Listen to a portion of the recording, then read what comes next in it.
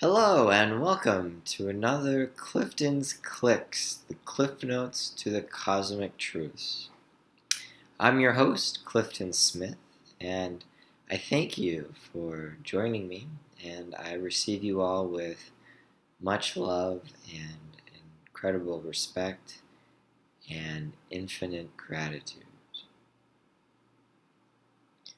Before we dive in, one of the things that I wanted to talk about was how much I truly express love for all of mankind.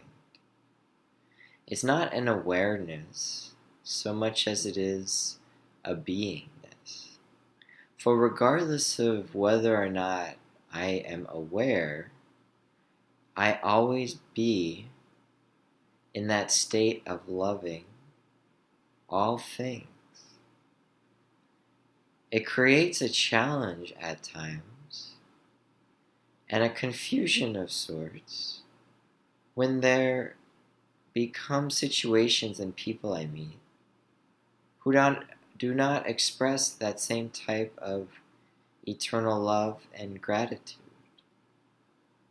Now, this, of course, has changed in myself, yes, over the course of many lifetimes, and in fact accelerated in the past few years.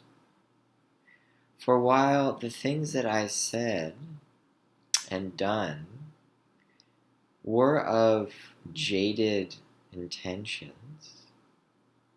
the core desire stems from that of my being, which is constant communion with Christ and of my fellow man.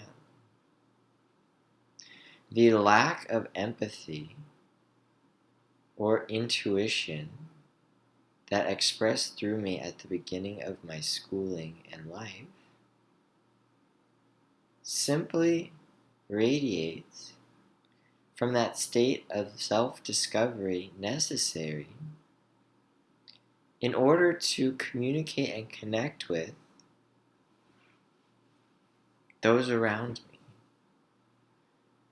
You see, embarking on a state of dramatic awareness creates a distance and separation from those around you, for you are unable or unwilling to recognize those thought currents and aspects of reality that are possible in a delusional state to be the most valued and cherished thought currents of one's existence. The curiosity and questioning creates a desire for rebirth from a state of total unawareness with the alignment of beingness as to what one's inner state most ultimately radiates and is. From that comparison, a journey is undertaken to explore and embody what could possibly be the originating desires that have steered mankind astray from spiritual pursuits of living enlightenment and creating a heaven on earth, or even more, what is referred to as Kailasa. While singularity is the common vernacular used in the digital world, we all stem from the same originating source. This is a common understanding amongst all religions, or most religions, as that term religion has specific animosities embedded in it by some who receive this message. Even the Sunday football can be perceived as a religion. So too can the corporation with which you work for. For religion is nothing but the organization and practices by a group of people agreeing to abide by and comply with certain rules, laws, and regulations towards a predetermined, agreed upon vision and relationship to society and the world through that vision, regarding each other as companions and brethren in doing so. The jaded nature, however, of the segmentation of life creates these illusions of barriers amongst one another. The easiest statement and illusion here is competition with another person from another company, or what is more often the case, with another within an organization. You see, each organization is an embodiment of Christ within us. It is similar and redacted and reduced to the cunningness and strategy of those who benefit the most, key stakeholders in the organization. In so doing, their intentions, desires, and visions corrupt even the purest workers within their midst. For regardless of how pure the action may be, if the intention of the overall body be corrupt, then the pure is simply used as a mechanism to bypass certain restrictions and prohibits the use of the good for their actions towards those that are pernicious, corrupt, evil, or outright cunning. The holy man seeks not but to radiate truth from the highest source upon which he or she has received and recognized. The challenge becomes when that individual embodies a worker or employee or team member in an organization in which cosmic truths are ignored, or more likely, exploited to the point of renunciation of the other cosmic truths, which may prohibit the profitability of that organization's success. Here we find ourselves at the epicenter of many of the internal conflicts that occur when societies of civilized, enlightened individuals enter into discourse, most notably known as our government. Here, too, even the means and mechanisms by which were originally intended for the nomination and election of such individuals has been corrupted. Through cunningness, strategy, deception, and exploitation of unenlightened individuals' flaws and faults, as well as the naivety of upcoming generations and the stubbornness of individuals unable and unwilling to change and recognize within themselves things that which do not align to the highest cosmic truths, simply enable themselves to remain fixed in their ways. These individuals, however, often become ostracized in society as the collective consciousness pushes forward and further towards establishing and embodying greater and greater expressions of cosmic truth. However, not everyone here would like to evolve at the pace of consciousness as it does in the collective. Here, then, we find incredible cunning skills and methodologies by which these individuals are able to curtail progress and productivity towards enlightenment. Nothing matters to these individuals except the stalling and negative path by creating several delusions, distractions, and deviations which put people into a perpetually encountering cyclic spiraling downward of what I call their vibration.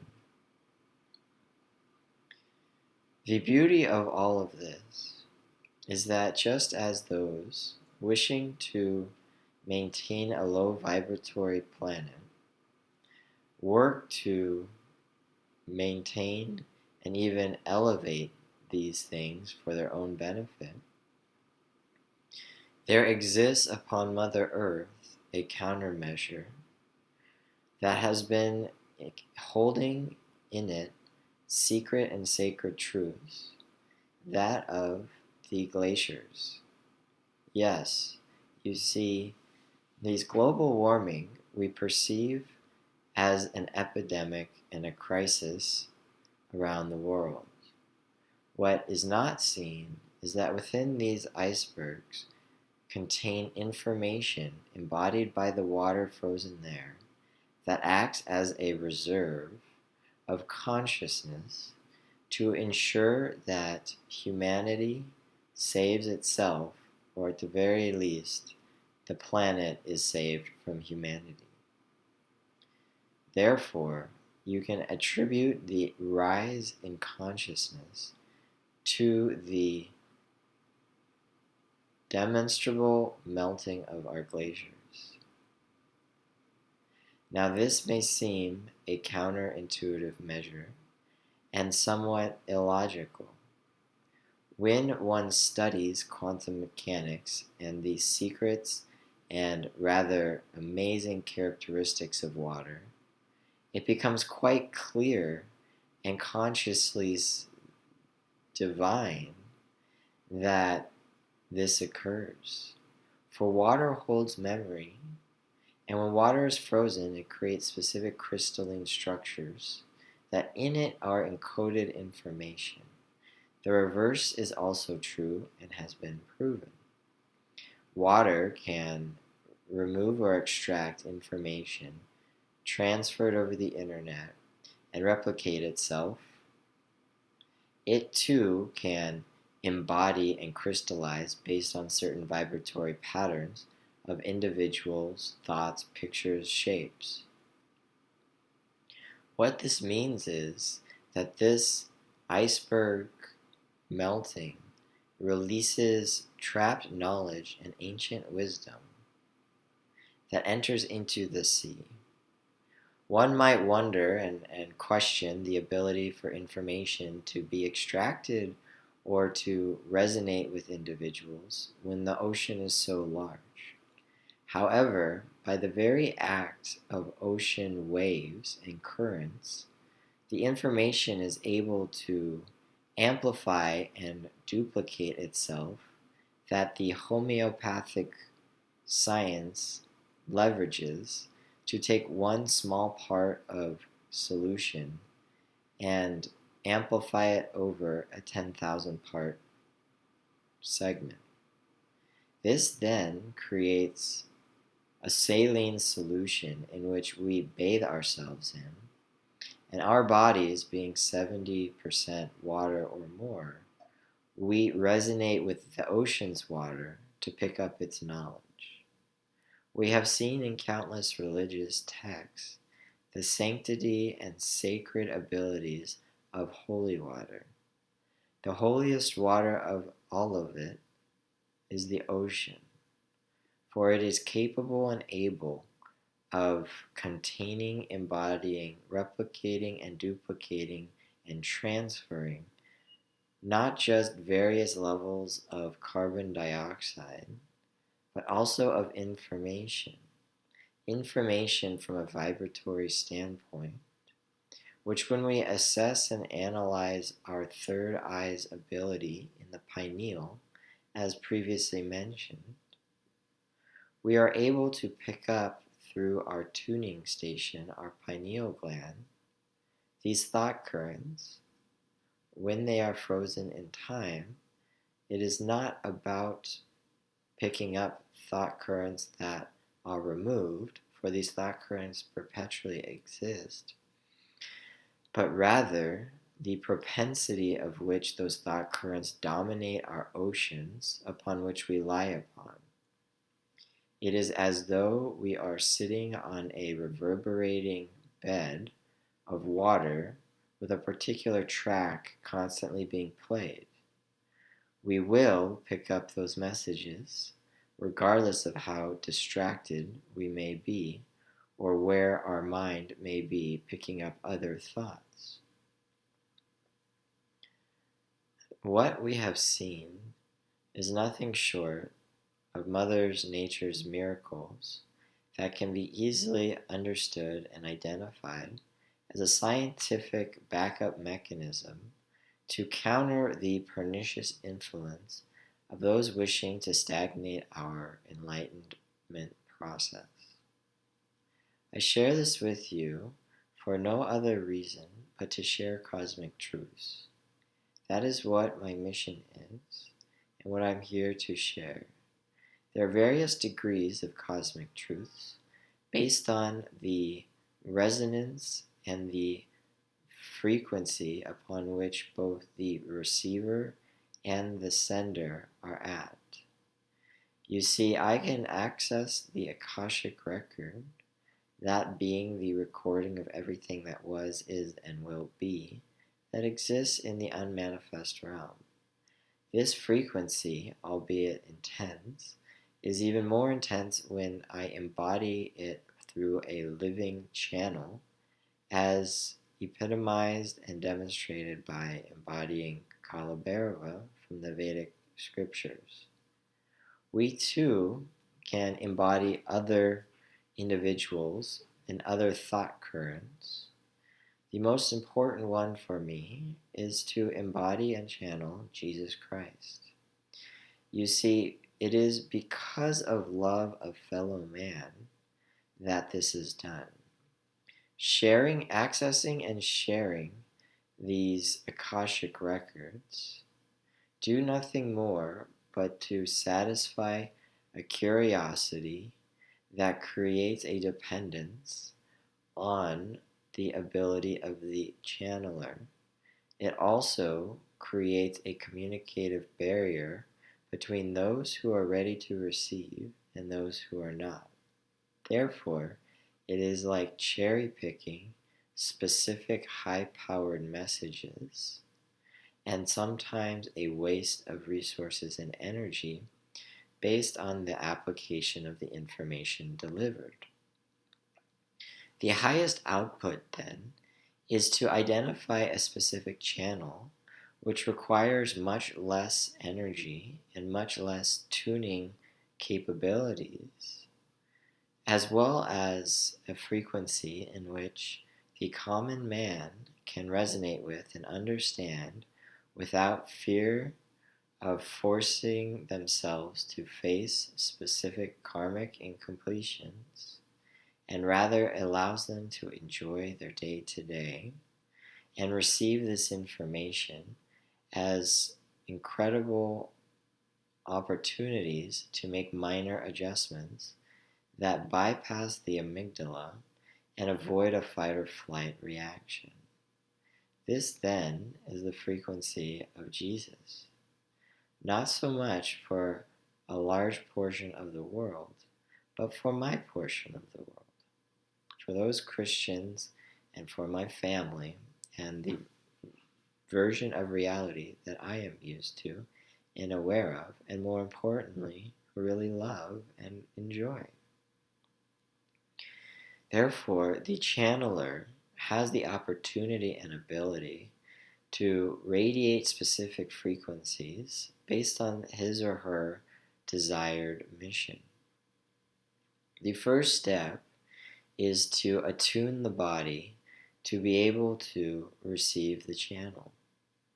Of course, accessing the highest frequency channels is an indicator of mastery and something which I have done and performed. This process provides incredible learning and growth opportunity, as well as provides an incredible understanding and exploration of the cosmos that my inner space would ever want to know or wonder. From this point, it's no longer about attuning the body, which includes very pure practices of eating, drinking, sleeping, engaging in activities, verbal discourse, and consumption of information. It is also about the embodiment of these lifestyles beyond a simple training protocol and a firm integrity and alignment.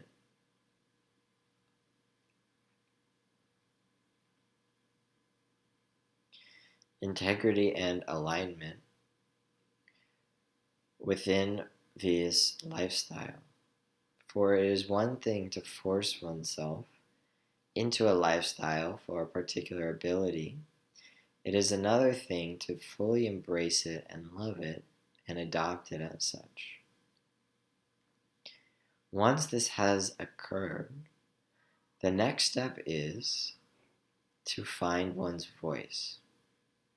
For many channelers out there who have a hard time voicing their opinion or speaking their truth, rather, it is often due to lifetimes of karmic trauma, of being forced into a particular religious viewpoint, or to be seen as a heretic amongst the crowd.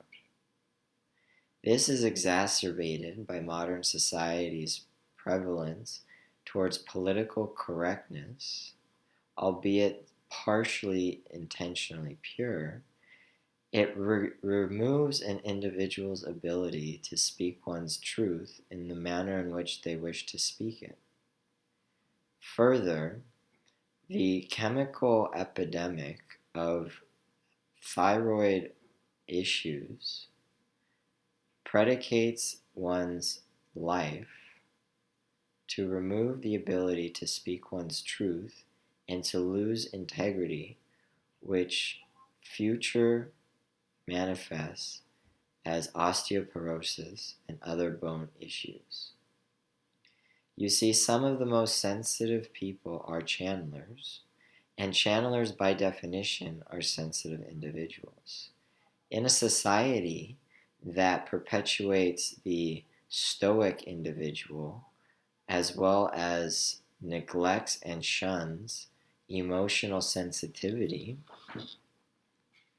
expressing oneself becomes a hurdle that one learns to cope with holding their tongue or going with the flow. The other issue is that those who speak their truth are often ostracized in today's society, which creates an example for those who are pure of heart to keep their mouths shut.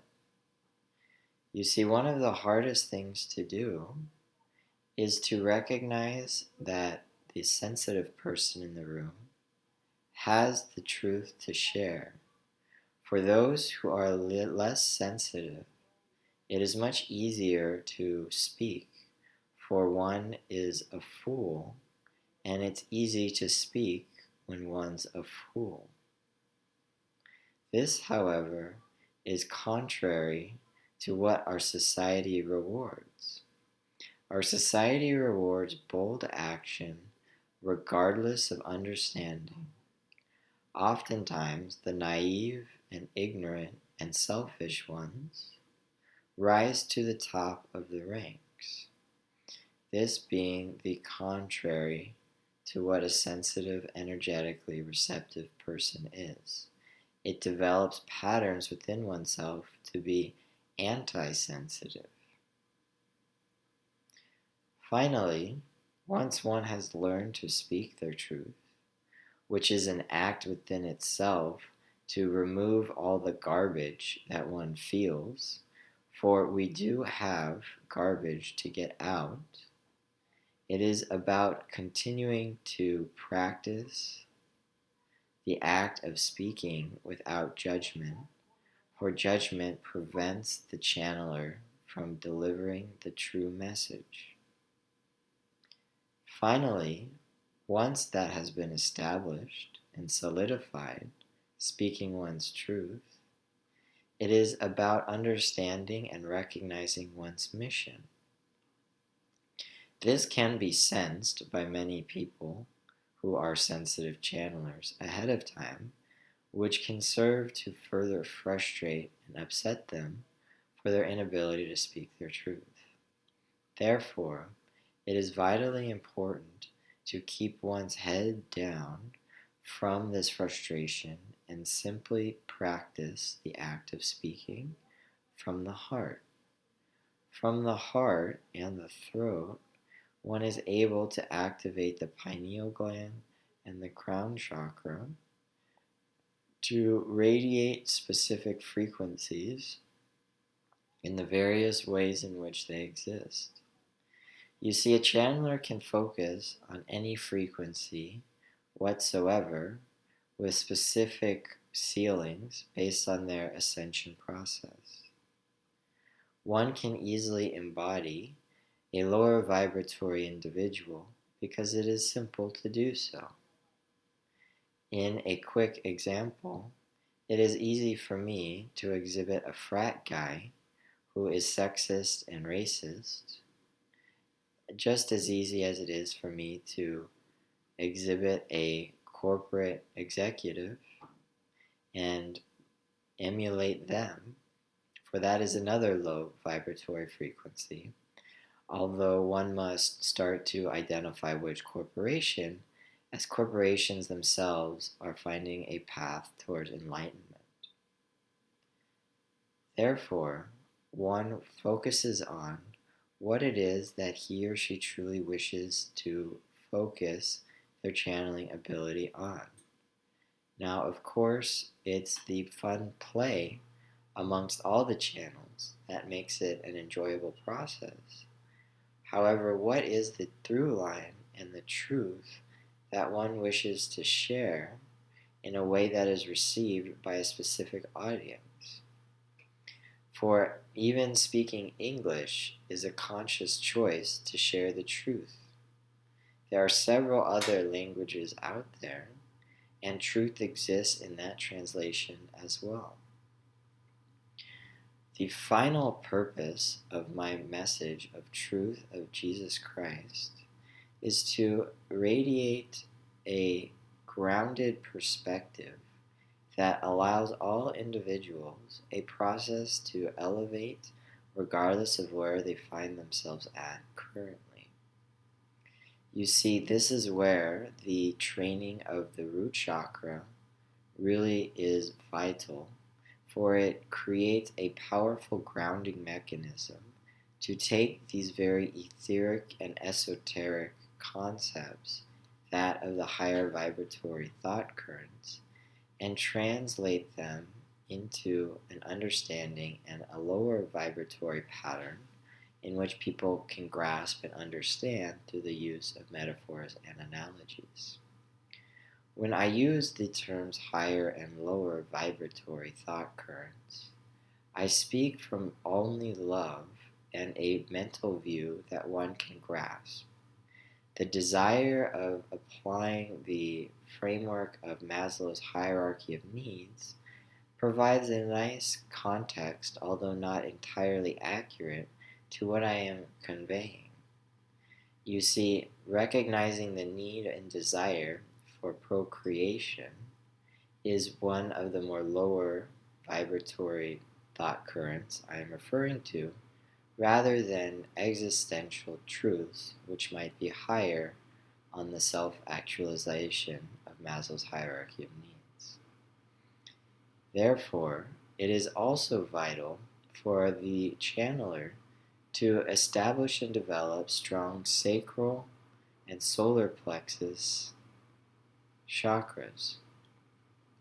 For without the capacity and desire and drive to share these truths through a well exhibited solar plexus, one simply remains in their room with all these truths without the motivation and ability to spread it to the masses. And the final part is the sacral, the creation, and the unique way in which a channeler can encode and embody the cosmic truths in a way that is received, in a way that is not just from a place of authentic love and expression for all people, regardless of their comprehension or operating software, as I have said, but also to make it fun and to make it sane. For existing on this earthly planet from a higher vibratory state can create a ostracism and sense of isolation amongst one another, especially the fellow man and woman he or she is trying to enrich. Further, these cosmic truths, albeit existentially true, can be repetitive or redundant, and it is therefore the joy and creativity of how to embody and encapsulate these truths that create a flourishing sacral chakra. Those singers, speakers, and comedians who deliver these truths in their various modalities are who I am referring to. For not everyone resonates with taking up a book and chanting or entering into a particular sanctuary on a regular basis. Sacred truths exist for everyone at all times to grasp, and therefore it is vitally important to find specific delivery mechanisms and modes of delivery that resonate with all lifestyles, especially with the prime directive given of reaching those at the lowest vibratory rungs. Those are the people whom Jesus reaches out to and loves greatly. For it is a collective on this planet who are here to learn and grow from one another. And the greatest path and way an elevated individual's consciousness can grow is by interacting with those who are more grounded and of lower vibratory frequency. I will use grounded as the reference point here, for the idea of lower and higher frequency, although scientifically accurate, may create specific prejudices and judgments towards listeners, and so I wish to maintain a state that clearly articulates my point rather than plays on specific triggers. When one comes to the realization of his or her truth and his or her mission, it then becomes imperative to take action and allow whatever is to unfold.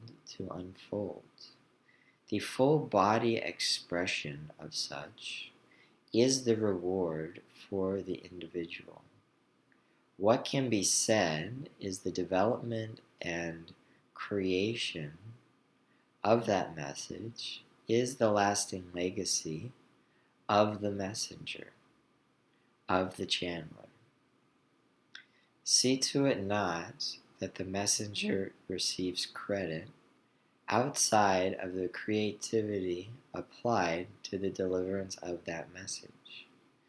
You see, Cosmic truths exist regardless of the channeler or messenger. However, it is with the mastery and beauty with which the messenger can embody the message that is the true genius of the individual messenger. Cosmic truths, just like ideas, constantly exist. An individual can resonate and hone in and embody in their inner space these messages at any time. The execution of these thought currents and messages is the most vital part. And the greatest opportunity for a channeler is to embody and instill within him or herself the highest cosmic truth and ground it for the most grounded individuals. This then creates the greatest creative opportunity to explore. Not everyone is guided by this principle of taking the highest cosmic truths, the highest thought current, and grounding it to the lowest. However, I have fully embraced and understood that to be my course of action, and therefore I radiate and express Soham is me. Even though I worship, I am him. Therefore, I appreciate your attention and your love and respect. And may my words provide you with guidance and support, however it may be. And may my words be true to the cosmic truths they reveal. May I give credit to all those who brought me this far in this lifetime and in past. And may I be connected with all those who resonate with me in this message, so that I can serve you in a greater and deeper and more meaningful capacity. For in service to you do I find myself fulfilled. Fulfillment is brought to me through cosmic clicks delivered in a way that is fun and creative and that resonates and syncs within your own inner space. For truly it is not those who go and sit amongst the mountaintops to meditate for lifetimes that creates a unified world, but rather it is those grounded into the day-to-day execution of creative exploration that allows us to share such abundance that we have collectively created. And therefore, for me, as the highest expression of gratitude, I wish to enrich those individuals constantly working to make the world a better place from a grounded perspective. Thank you. May God be with you. May Jesus Christ smile upon you. And may all truths radiate through you and to you in a way that you receive. May I give thanks to the Lord above, to Kalabhairava Swamiji, Jesus Christ, my family, and of course my girlfriend, whom extended her arms and home to bring me in when my wings were clipped, so that they could be repaired in a place and state of love, and bring forth my responsibility and true understanding of my gifts and mission here on earth. I give so much thanks and gratitude, and I am so amazed by you each and every day. I love you all. Have a great day.